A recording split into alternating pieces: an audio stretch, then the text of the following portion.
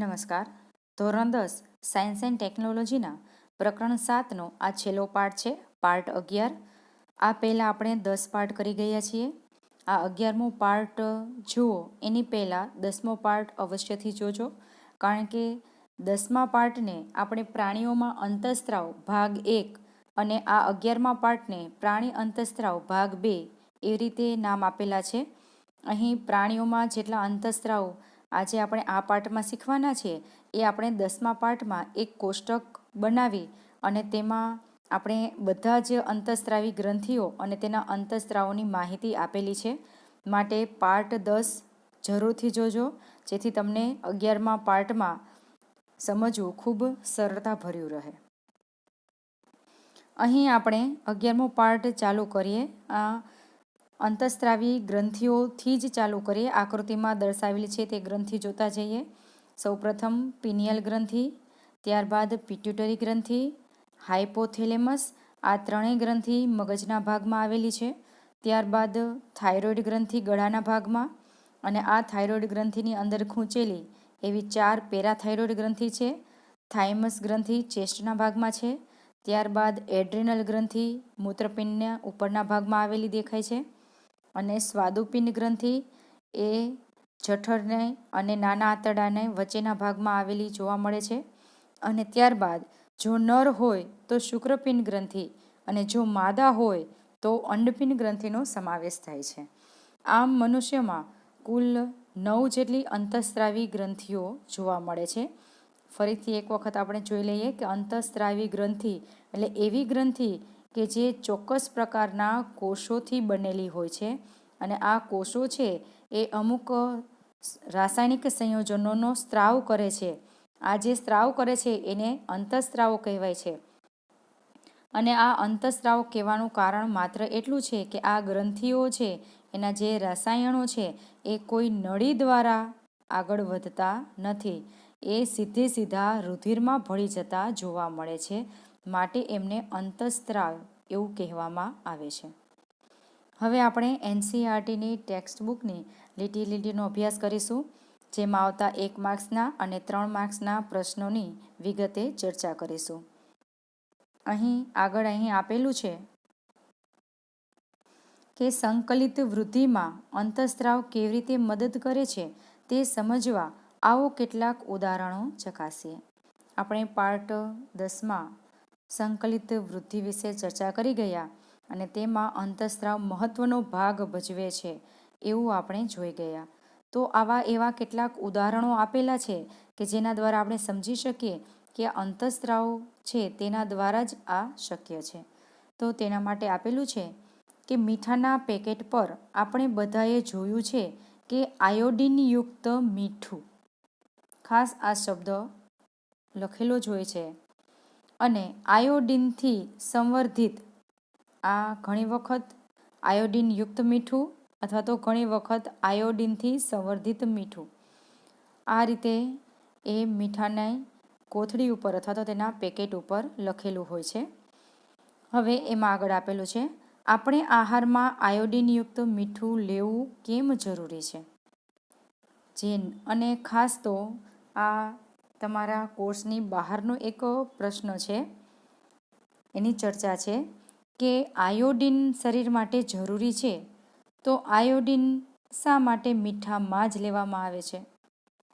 બાકી આયોડિનનું પ્રમાણ ઘણું બધું છે, તો આ આયોડિન છે એને સીધો આપણે શરીરમાં નાખી શકતા નથી, તો એ ઝેરી કહેવાય છે.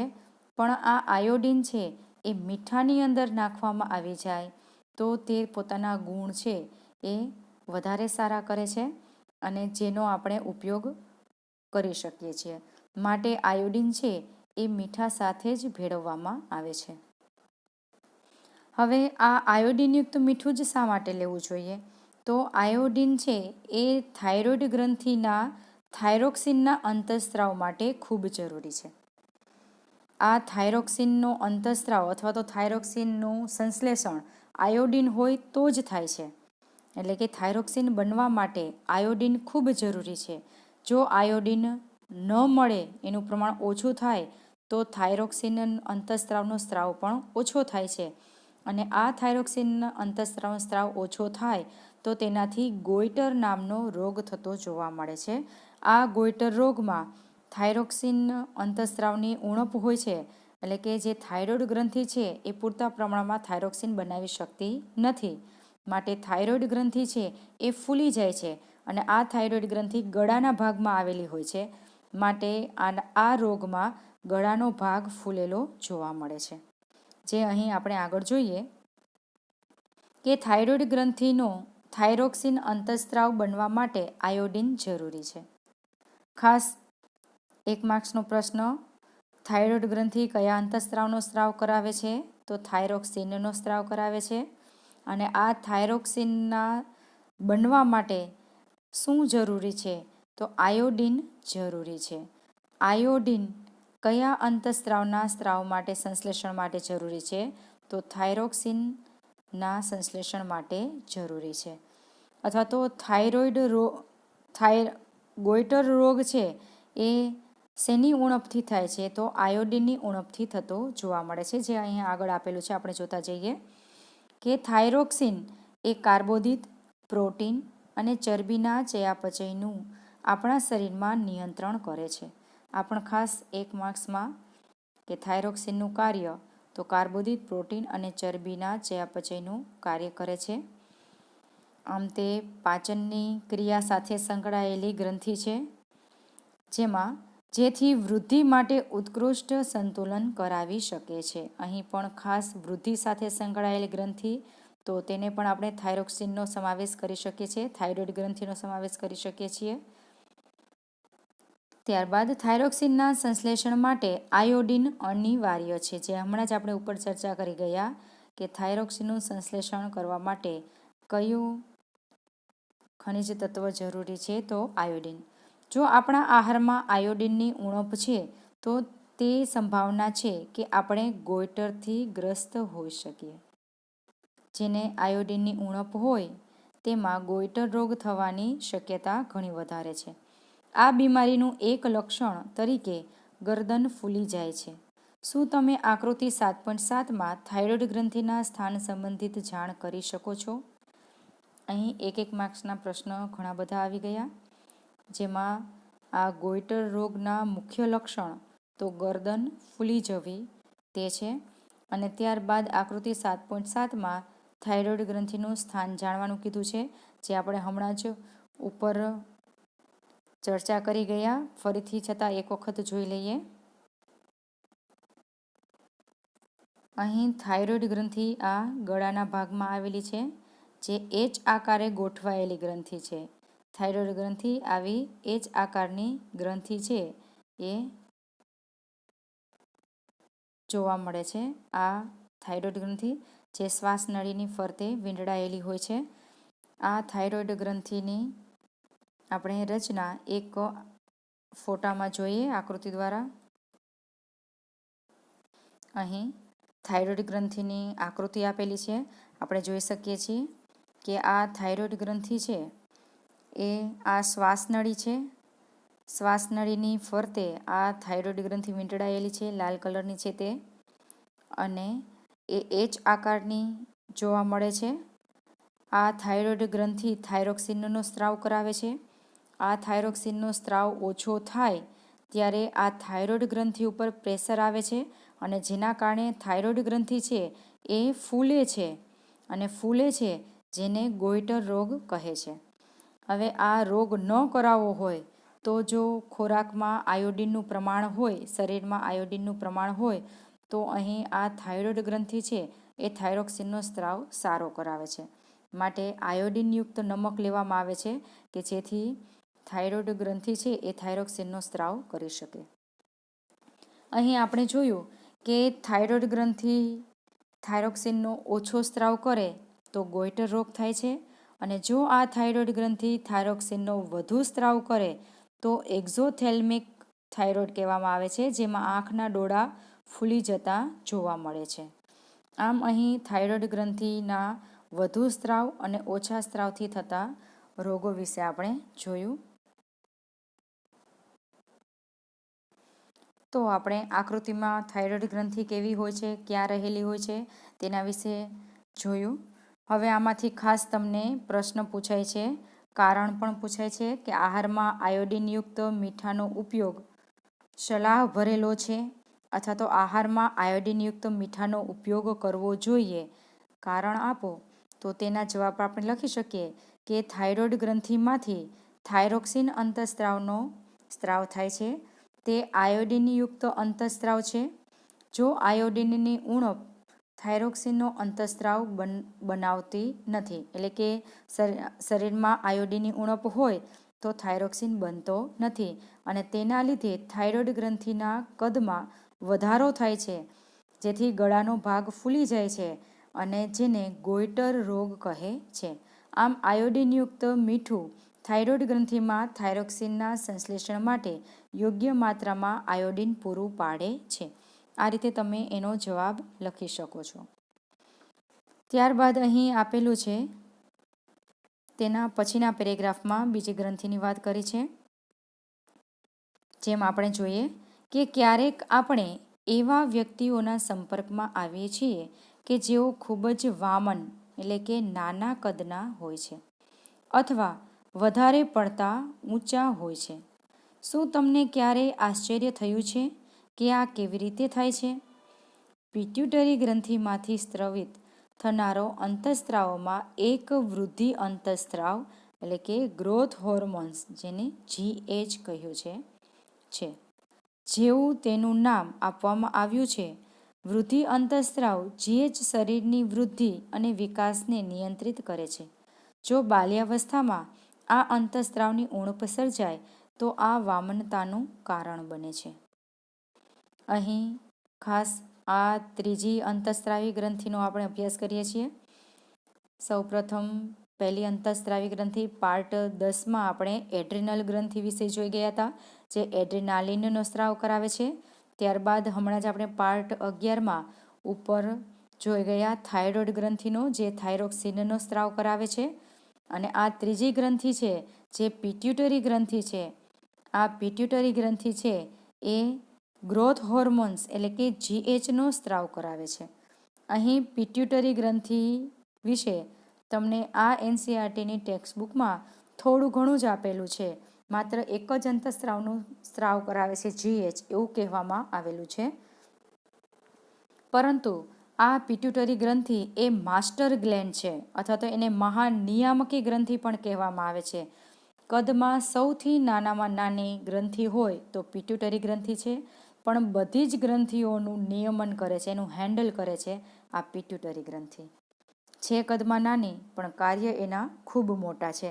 પણ અહીં આ પિટ્યુટરી ગ્રંથિનું એક જ કાર્ય આપેલું છે અને એ છે ગ્રોથ હોર્મોન્સ એટલે કે GH વિશેનું જ આપેલું છે. અહીં ગ્રોથ હોર્મોન્સ એટલે કે વૃદ્ધિ અંતઃસ્ત્રાવ, જો પિટ્યુટરી ગ્રંથિ GH એટલે કે ગ્રોથ હોર્મોન્સનો ઓછો સ્ત્રાવ કરાવે તો અહીં શરીરનું કદ નાનું થાય છે, એટલે કે વામન બને છે. અહીંયા ખાસ આપેલું છે ખૂબ નાનું કદ એટલે કે વામન. લગભગ 2 થી 3 વેત જેટલા જ માણસ હોય છે. ઘણી વખત સર્કસમાં જોકરની ભૂમિકા ભજવતા હોય તો એવા વામન કદના માણસ આપણે જોઈએ છીએ, તો એ વામન કદ છે. અને જો પિટ્યુટરી ગ્રંથિ આ GHનો વધુ સ્ત્રાવ કરાવે તો તેમને આપણે શરીર છે એ ખૂબ ઊંચું થાય છે અને જેને વિરાટ કાયતા એવું કહેવામાં આવે છે. અને આ વિરાટ કાયતામાં લગભગ શરીરની ઊંચાઈ 7 ફૂટ જેટલી થતી જોવા મળે છે. આમ અહીં ગ્રોથ હોર્મોન્સના ઓછા સ્ત્રાવથી વામનતા ઉત્પન્ન થાય છે અને જો એનું વધુ સ્ત્રાવ થાય તો વિરાટ કાયતા ઉત્પન્ન થતી જોવા મળે છે. અને આ GHનો સ્ત્રાવ કરાવનાર ગ્રંથિ એ પિટ્યુટરી ગ્રંથિ છે. આ પિટ્યુટરી ગ્રંથિ કઈ જગ્યાએ આવેલી છે તે આપણે મગજની આકૃતિમાં પણ જોઈ ગયા હતા, તેમાં પણ આપણે પિટ્યુટરી ગ્રંથિ જોતા હતા. અને અહીં ઉપર આકૃતિમાં પણ જોઈ લઈએ પિટ્યુટરી ગ્રંથિ ક્યાં આવેલી છે. અહીં આ પિટ્યુટરી ગ્રંથિ છે. આ સિવાય આપણે એક મોટી આકૃતિમાં પણ જોઈએ પિટ્યુટરી ગ્રંથિ વિશે. અહીં આકૃતિમાં આપણે જોઈએ છીએ આપેલ આકૃતિ છે આ પિટ્યુટરી ગ્રંથિની છે. આ જગ્યાએ આવેલી છે પિટ્યુટરી ગ્રંથિ. એ વટાણાના દાણા આકારની એવી સાવ નાની ગ્રંથિ છે, પણ એના કાર્ય ખૂબ મોટા છે. તે ઘણી બધી ગ્રંથિ, ઘણા બધા અંતઃસ્ત્રાવોનો સ્ત્રાવ કરાવે છે, તેનું નિયમન કરે છે. અને આ પિટ્યુટરી ગ્રંથિનું નિયમન એ હાઇપોથેલેમસ ગ્રંથિ કરાવતી જોવા મળે છે. આમ અહીં પિટ્યુટરી ગ્રંથિ આ રીતે કાર્ય કરે છે. ત્યારબાદ આપણે આગળ જોઈએ કે જ્યારે તમારી અને તમારા મિત્રોની વય 10થી 12 વર્ષની થયેલી હશે, ત્યારે તમારા અને તેઓના દેખાવમાં કેટલાક આશ્ચર્યજનક ફેરફારો જોયા હશે. આ પરિવર્તન યુવાવસ્થાના પ્રારંભ થવાની સાથે સંબંધિત છે, કારણ કે નરમાં ટેસ્ટોસ્ટેરોન અને માદામાં ઇસ્ટ્રોજનનો સ્ત્રાવ થાય છે. અહીં ખાસ 2 અંતઃસ્ત્રાવી ગ્રંથિઓનો સમાવેશ કર્યો છે. અહીં એક નરમાં શુક્રપિંડ ગ્રંથિ હોય છે, અને આ શુક્રપિંડ ગ્રંથિ એ ટેસ્ટોસ્ટેરોનનો સ્ત્રાવ કરાવે છે, જ્યારે માદામાં અંડપિંડ ગ્રંથિ હોય છે, એ અંડપિંડ ગ્રંથિ ઇસ્ટ્રોજનનો સ્ત્રાવ કરાવે છે. અને બંનેના કાર્ય તો લગભગ 10થી 12 વર્ષની વય થાય ત્યારે બંને ગ્રંથિઓ છે એ એક્ટિવેટ થાય છે, એટલે કે કાર્ય કરતી થાય છે. અને આ ગ્રંથિના કાર્ય થવાના કારણે, એના અંતઃસ્ત્રાવના સ્ત્રાવ થવાના કારણે નરના લક્ષણો છે એ પ્રદર્શિત થતા જોવા મળે છે, જ્યારે માદાની અંદર માદા જાતિના લક્ષણો છે એ પ્રદર્શિત થતા જોવા મળે છે. જેમાં નર લક્ષણોમાં આપણે જોઈએ તો ખાસ કરીને દાઢી મૂછ આવવા, અવાજ જાડો થવો વગેરે લક્ષણો છે એ નર માટેના છે. જ્યારે માદાના લક્ષણોમાં જોઈએ તો અવાજ ધીણો થવો, શરમાળપણું આવવું વગેરે જેવા લક્ષણો છે એ માદામાં જોવા મળે છે, જે ખાસ કરીને અહીં ઇસ્ટ્રોજનના અંતઃસ્ત્રાવના સ્ત્રાવ થવાને લીધે જોવા મળે છે. આમ અહીં નરમાં અંતઃસ્ત્રાવ એ ટેસ્ટોસ્ટેરોન અને માદાના અંતઃસ્ત્રાવ એ ઇસ્ટ્રોજન છે. જે આપણે આકૃતિમાં જોઈએ આ ગ્રંથિ વિશે, તો અહીં નરમાં આ શુક્રપિંડ ગ્રંથિ છે. શુક્રપિંડ ગ્રંથિની અંદર ટેસ્ટોસ્ટેરોન નામના અંતઃસ્ત્રાવનો સ્ત્રાવ થાય છે, 1 માર્ક્સ માટે અગત્યનું છે.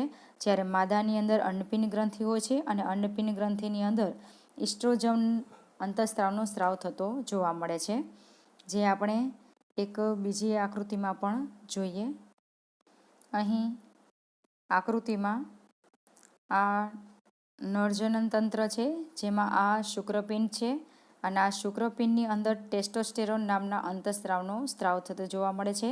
અહીં આ શુક્રપિંડ છે એ પણ હેટ્રોગ્લેન્ડ કહેવામાં આવે છે, એટલે કે અહીં તે શુક્રપિંડ ગ્રંથિ નલિકા પણ ધરાવે છે, અને તેના અંતઃસ્ત્રાવ છે એ સીધા રુધિરમાં પણ ભળી જતા જોવા મળે છે.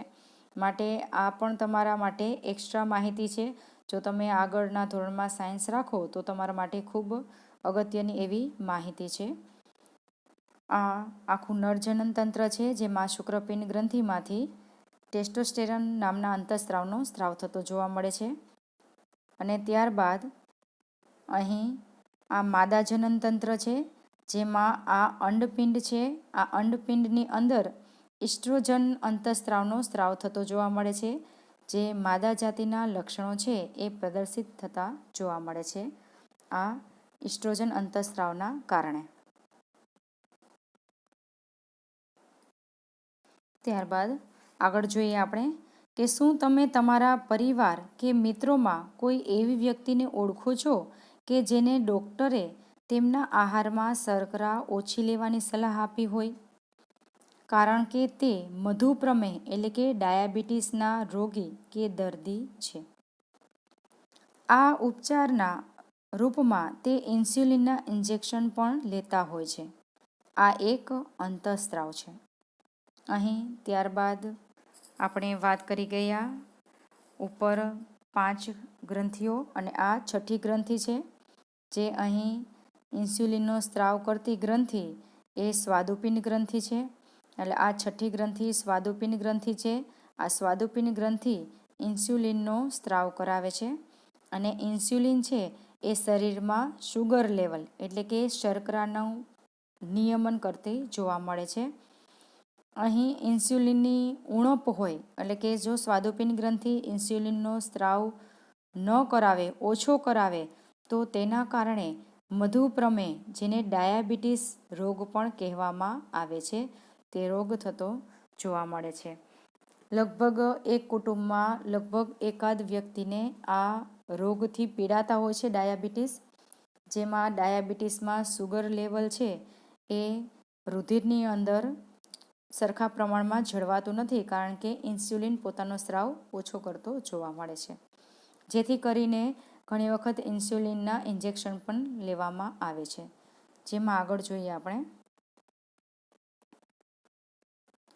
જેનું ઉત્પાદન સ્વાદુપિંડમાં થાય છે.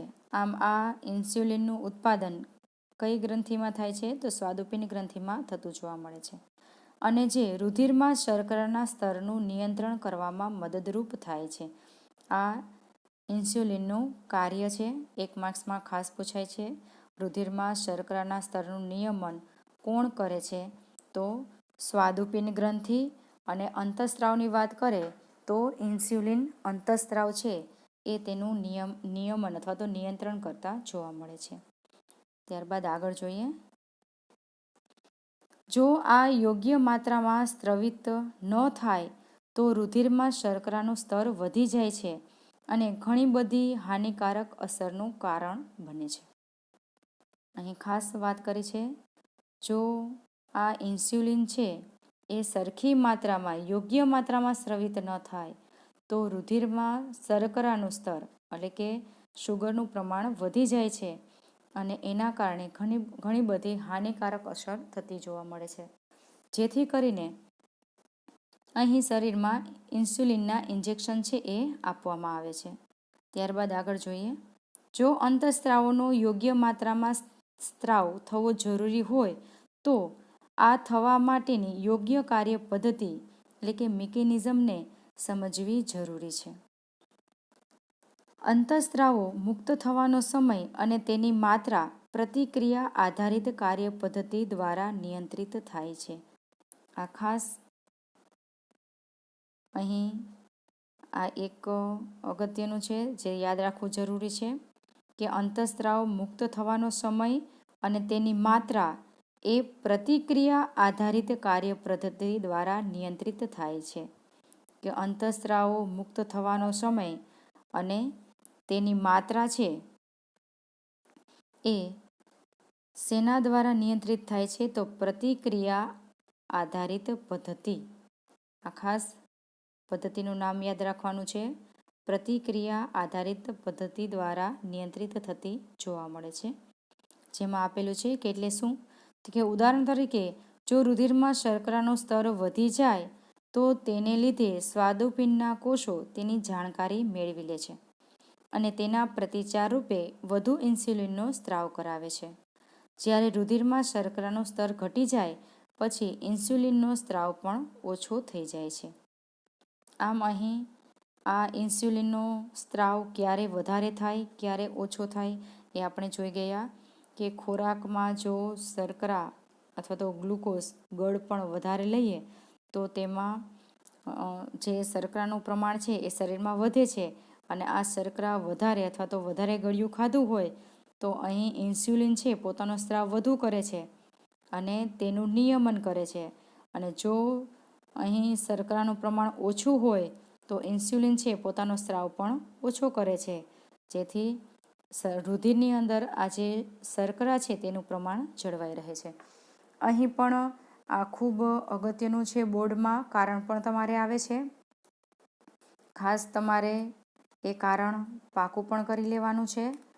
અને ઘણી વખત પૂછાય પણ છે કે મધુપ્રમેહ અથવા તો ડાયાબિટીસના દર્દીને ઇન્સ્યુલિનના ઇન્જેક્શન આપવામાં આવે છે, કારણ આપો. તો અહીં તેના જવાબ માટે કે માનવ શરીરના રુધિરમાં શર્કરા એટલે કે ગ્લુકોઝનું પ્રમાણ જાળવી રાખવું જરૂરી છે. મધુપ્રમેહ અથવા તો ડાયાબિટીસના દર્દીમાં ઇન્સ્યુલિનની ઉણપને લીધે અથવા તો ખામીને લીધે રુધિરમાં શર્કરાનું પ્રમાણ વધારે હોય છે.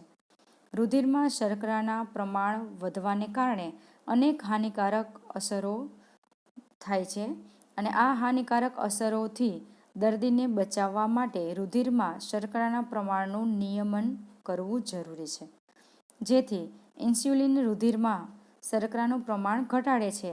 આથી આવા મધુપ્રમેહ અથવા તો ડાયાબિટીસના દર્દીને ઇન્સ્યુલિનના ઇન્જેક્શન આપવામાં આવે છે. તો આ રીતે તમે તે કારણનો જવાબ લખી શકો છો. હવે આ જે અંતઃસ્ત્રાવી ગ્રંથિ છે તે ક્યાં આવેલી છે આકૃતિમાં તે આપણે જોઈ લઈએ. તો અહીં અંતઃસ્ત્રાવી ગ્રંથિ, સ્વાદુપિંડ ગ્રંથિ, ખાસ આ અંતઃસ્ત્રાવી ગ્રંથિ પણ છે અને બાહ્યસ્ત્રાવી ગ્રંથિ પણ છે. સ્વાદુપિંડ ગ્રંથિ ખાસ વિશેષતા ધરાવે છે કે સ્વાદુપિંડ ગ્રંથિ જે નાના આંતરડામાં નળી દ્વારા પોતાના જે સ્ત્રાવ છે એ કરે છે અને ત્યારબાદ આ સ્વાદુપિંડ ગ્રંથિ છે એ ઇન્સ્યુલિનનો સ્ત્રાવ સીધો જ રુધિરમાં કરે છે. માટે આ સ્વાદુપિંડ ગ્રંથિ છે એ અંતઃસ્ત્રાવી ગ્રંથિ પણ છે અને બાહ્યસ્ત્રાવી ગ્રંથિ છે, એટલે કે હિટ્રોગ્લેન્ડ કહેવામાં આવે છે. એ જ રીતે હિટ્રોગ્લેન્ડમાં શુક્રપિંડ ગ્રંથિ અને અંડપિંડ ગ્રંથિનો પણ સમાવેશ થાય છે. તો આમ અહીં સ્વાદુપિંડ ગ્રંથિ વિશે આપણે એક તો વિચાર આવે જ ક્યારેક કે સ્વાદુપિંડ ગ્રંથિનું કાર્ય તો પાચન તંત્રમાં આપણે જોઈ ગયા હતા કે કાર્બોદિત, પ્રોટીન અને ચરબીનું ચયાપચયની ક્રિયામાં મહત્ત્વનો ભાગ ભજવતો હતો અને હવે અહીંયા શર્કરાનું નિયમન કરે છે. તો હા, સ્વાદુપિંડ ગ્રંથિ છે એ નાના આંતરડામાં પોતાના પાચક ઉત્સેચકોનો સ્ત્રાવ કરાવે છે, જે નળી દ્વારા કરાવે છે અને સ્વાદુપિંડ ગ્રંથિ અહીં અંતઃસ્ત્રાવી ગ્રંથિનો સ્ત્રાવ કરાવે છે, એટલે કે અંતઃસ્ત્રાવોનો સ્ત્રાવ કરાવે છે જે સીધો રુધિરમાં ભળી જાય છે અને તે ઇન્સ્યુલિન છે. આ રીતે એ આપણે યાદ રાખી શકાય. અને હવે આપણે આ સ્વાદુપિંડ ગ્રંથિને એક મોટી આકૃતિમાં જોઈએ. અહીં સ્વાદુપિંડ ગ્રંથિ આપેલી છે, આ યલો કલરની છે. એ આપણે જોઈ ગયા કે આ ઉપર અહીંયાથી જઠરનો ભાગ આવે છે અને આ જઠરના ભાગ પછી આ નાના આંતરડાનો ભાગ છે. આ બંનેની વચ્ચે જે છે એ સ્વાદુપિંડ ગ્રંથિ આવેલી જોવા મળે છે, જે હમણાં જ તેના વિશે આપણે વાત કરી ગયા કે સ્વાદુપિંડ ગ્રંથિ પોતાની નળી દ્વારા ઉત્સેચકોનો સ્ત્રાવ નાના આંતરડામાં કરે છે અને પોતાના અંતઃસ્ત્રાવનો સ્ત્રાવ છે એ સીધો રુધિરમાં ઇન્સ્યુલિન સ્વરૂપે કરતી જોવા મળે છે. આ સિવાય પણ આપણે બીજી ગ્રંથિઓ છે તેની આકૃતિ આપણે જોઈ લઈ.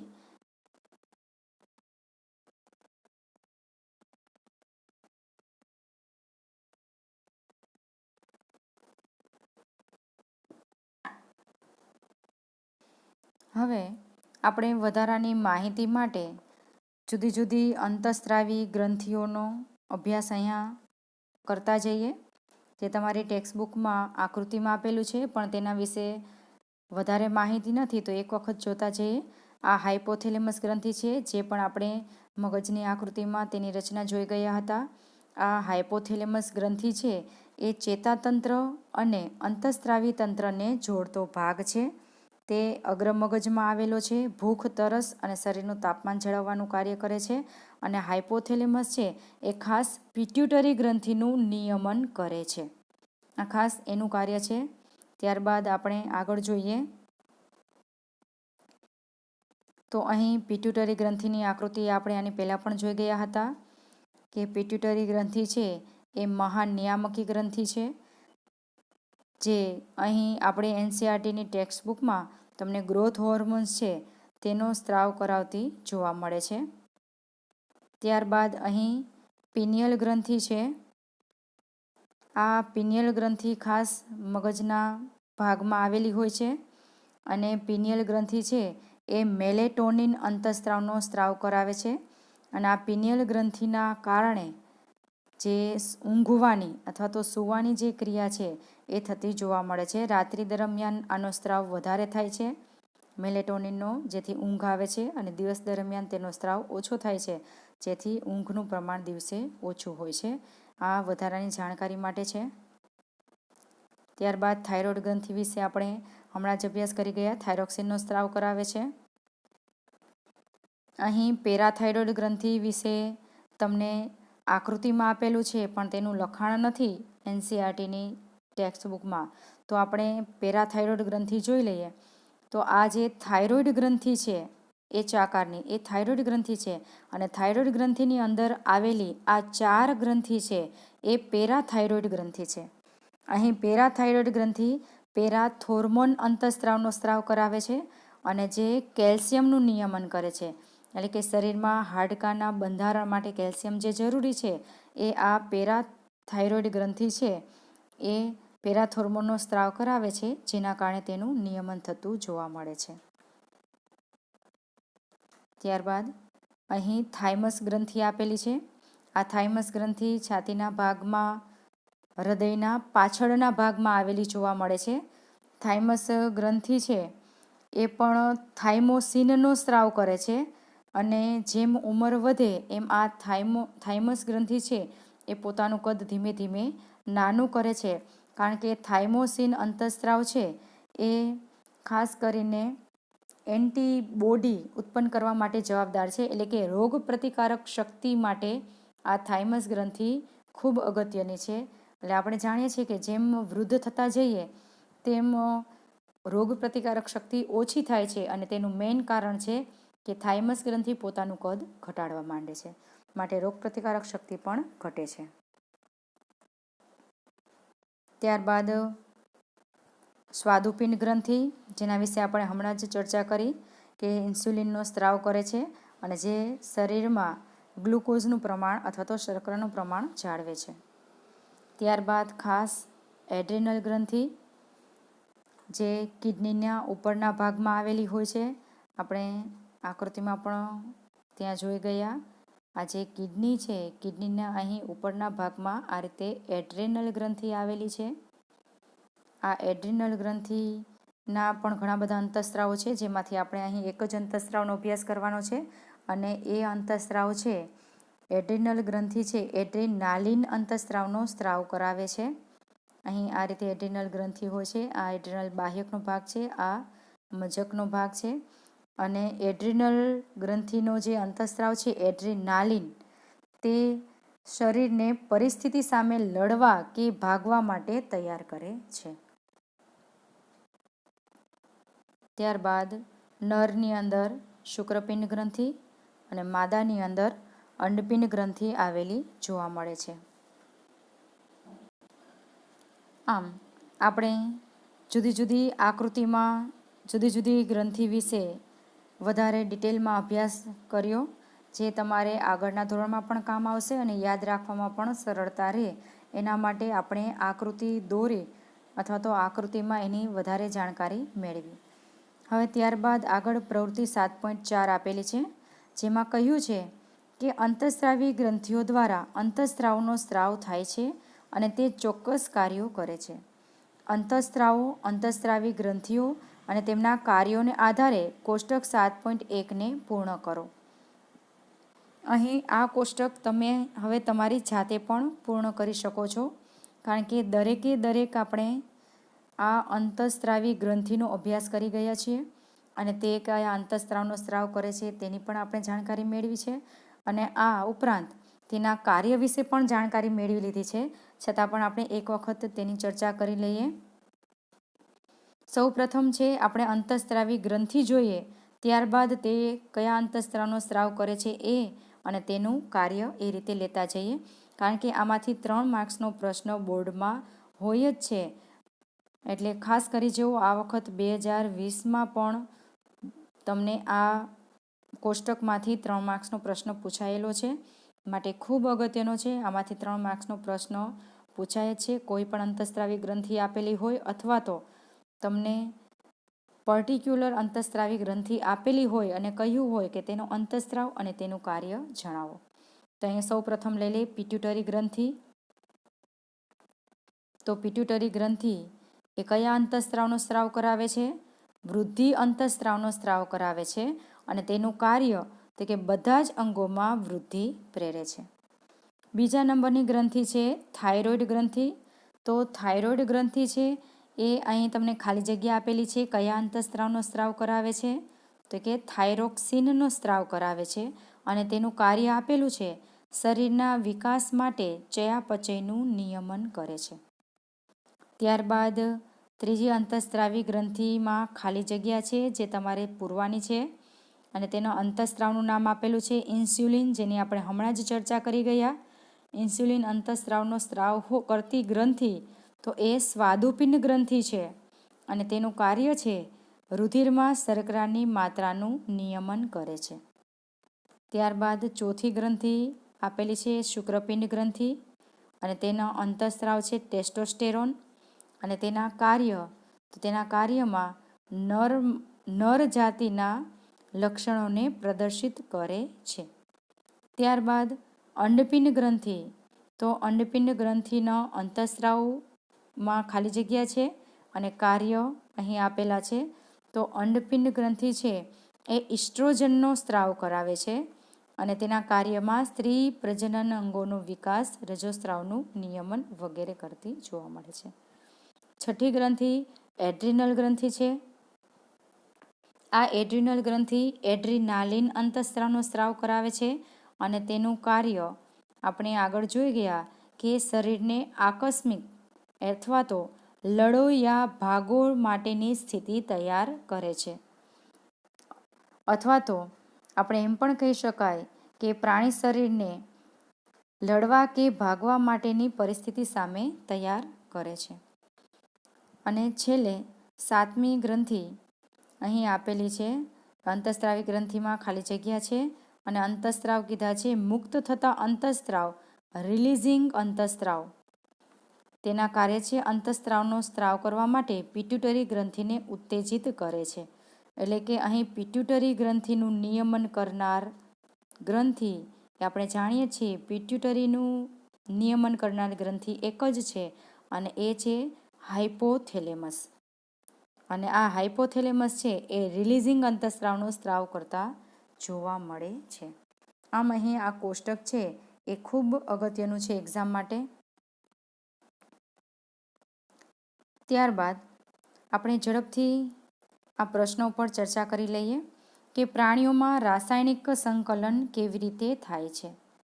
તો ખાસ પ્રાણીઓમાં અંતઃસ્ત્રાવી ગ્રંથિઓ ચોક્કસ માત્રામાં રાસાયણિક સંયોજનો અથવા તો જેને અંતઃસ્ત્રાવો કહે છે તેનો સ્ત્રાવ કરે છે અને આ અંતઃસ્ત્રાવો સીધા જ રુધિરમાં ભળી જાય છે અને રુધિરનું પરિવહન થતાં તે અંતઃસ્ત્રાવો છે એ પોતાના લક્ષ્ય અથવા તો સ્થાન સુધી પહોંચે છે અને શરીરના ચોક્કસ અંતઃસ્ત્રાવ સાથે જોડાણ કરવા વિશિષ્ટ ગ્રાહી અણુઓ ધરાવે છે.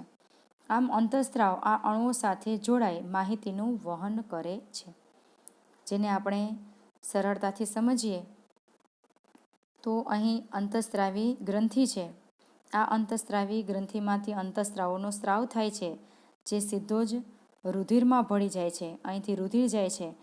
આ રુધિરમાં ભળ્યા બાદ એને જે જગ્યાએ પોતાનું કાર્ય કરાવવું છે, દાખલા તરીકે અહીં હૃદય છે, હૃદયના ધબકારા વધારવાનું કાર્ય કરાવવાનું છે, તો આ રુધિરની સાથે ભળી જાય અને આ અંતઃસ્ત્રાવો અહીં હૃદયમાં જશે અને એના જે કોષો છે એ કોષોમાં જોડાણ માટેના વિશિષ્ટ ગ્રાહી અણુઓ આવેલા હોય છે.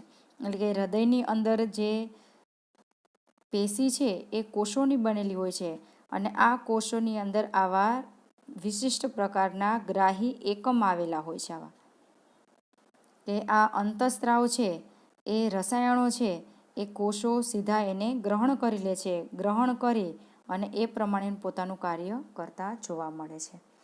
આમ અહીં આ રીતે આખી રાસાયણિક સંકલન છે એ થતું જોવા મળે છે.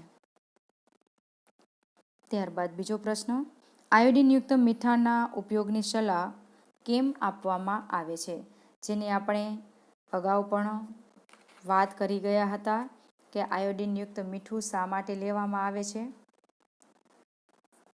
તો એના માટે ફરીથી જોઈ લઈએ કે થાઇરોઇડ ગ્રંથિમાંથી થાઇરોક્સિન અંતઃસ્ત્રાવ ઉત્પન્ન થાય છે. તે આયોડિનયુક્ત અંતઃસ્ત્રાવ છે આયોડિનની ઉણપથી થાઇરોક્સિન અંતઃસ્ત્રાવ બનતો નથી અને તેના કારણે થાઇરોઇડ ગ્રંથિના કદમાં વધારો થાય છે અને જેને ગોઈટર નામનો રોગ કહે છે.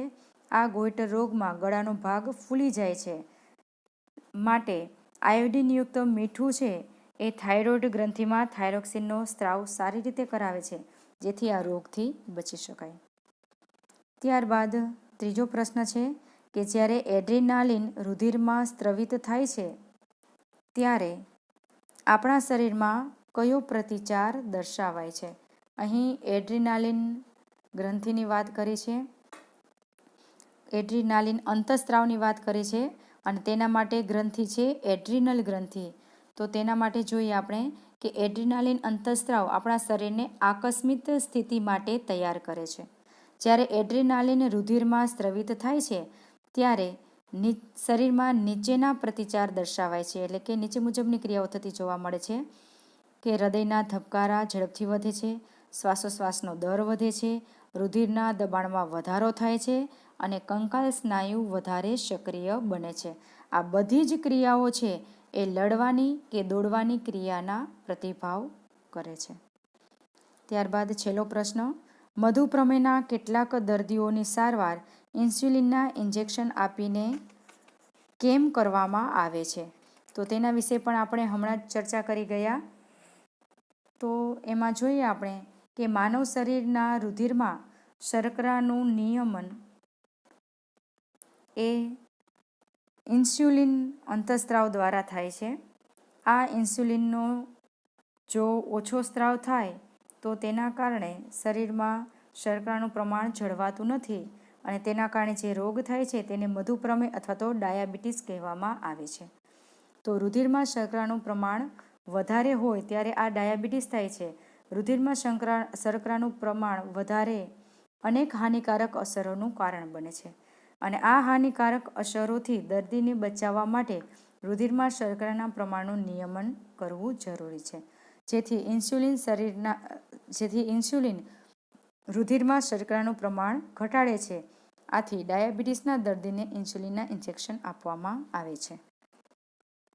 આમ આ પ્રશ્નના જવાબ આપણે તૈયાર કરી શકીએ અને અહીં આપણે આ આપણો 7મું ચેપ્ટર પૂરું કરીએ છીએ.